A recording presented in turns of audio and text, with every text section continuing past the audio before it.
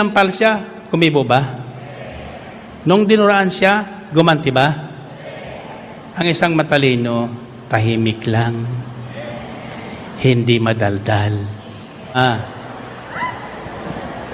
Pagtapon ko sa inyo, kayo nang bahala. Kung anong isisigaw nyo, siyang darating sa inyo. Are you ready?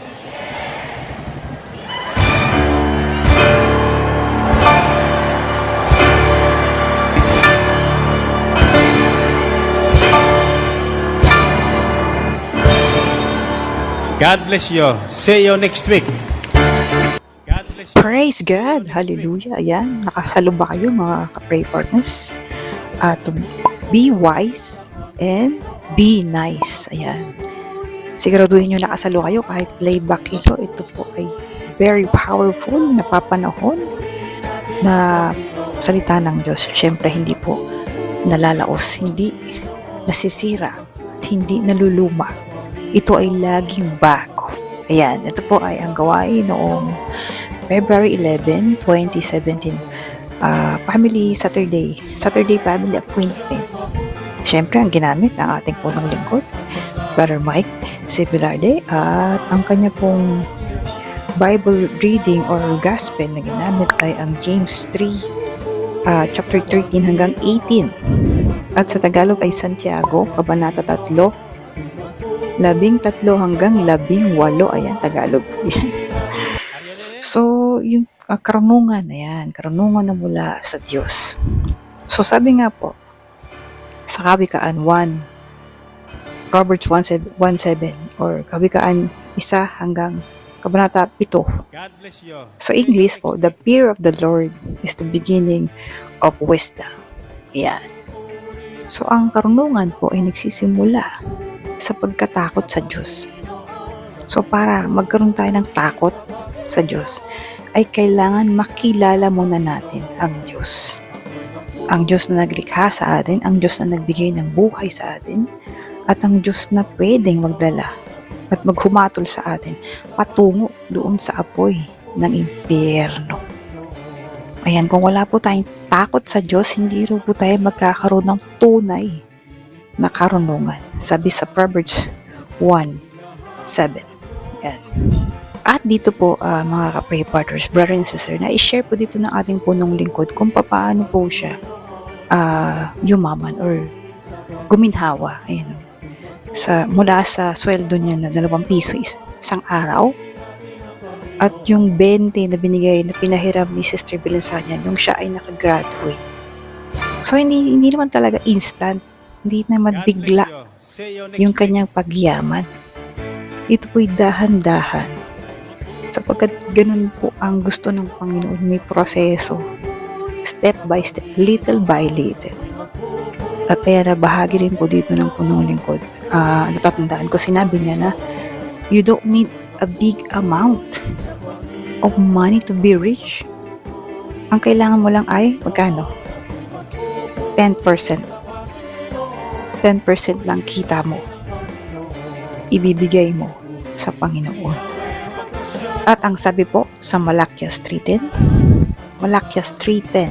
dalhin ninyo ng buong buo ang inyong mga ika-10 bahagi sa tahanan ng Diyos upang matugunan ang pangangailangan sa aking tahanan. Subukin ninyo ako sa bagay na ito.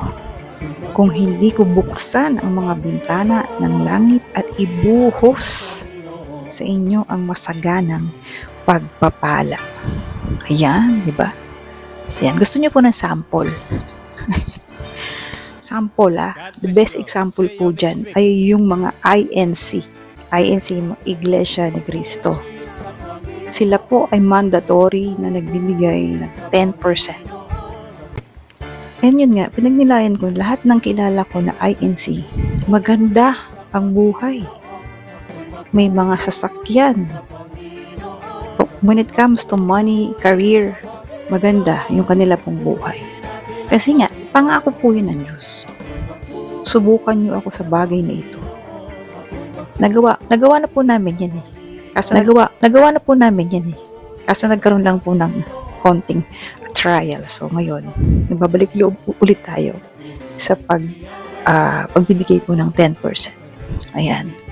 Ayan, sa loobin ng Diyos, wala nang hahadlang sa pagbibigay natin ng 10%. Ayan. So, yun sabi ng punong lingkod, you don't need a big money para maging mayaman ka. Ang kailangan mo lang, 10%, ibigay mo sa Diyos. At imo-multiply niya iyan. Naku, exciting. Nabanggit din po ng punong lingkod, no? Yung unang nakapasok daw sa kaharian ng Diyos ay isang magnanakaw, no, si Barabas. So dahil siya ay nagsisi siya at naniwala siya na ang kaharap niya ay si Jesus. Diba? Walang duda. Hindi siya nagsisi, hindi siya nag-alinlangan na si Jesus ang kausap niya.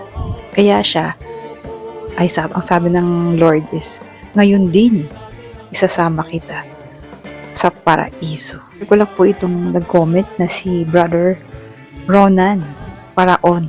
Ayan, nagustuhan ko po yung comment niya kasi humingi siya ng tawad. Ito po, ayan, basahin po natin. Lagay po natin dyan, exciting. Sabi niya, patawad po, Yahweh El Shaddai, sa aking kahangalan at katigasan ng ulo.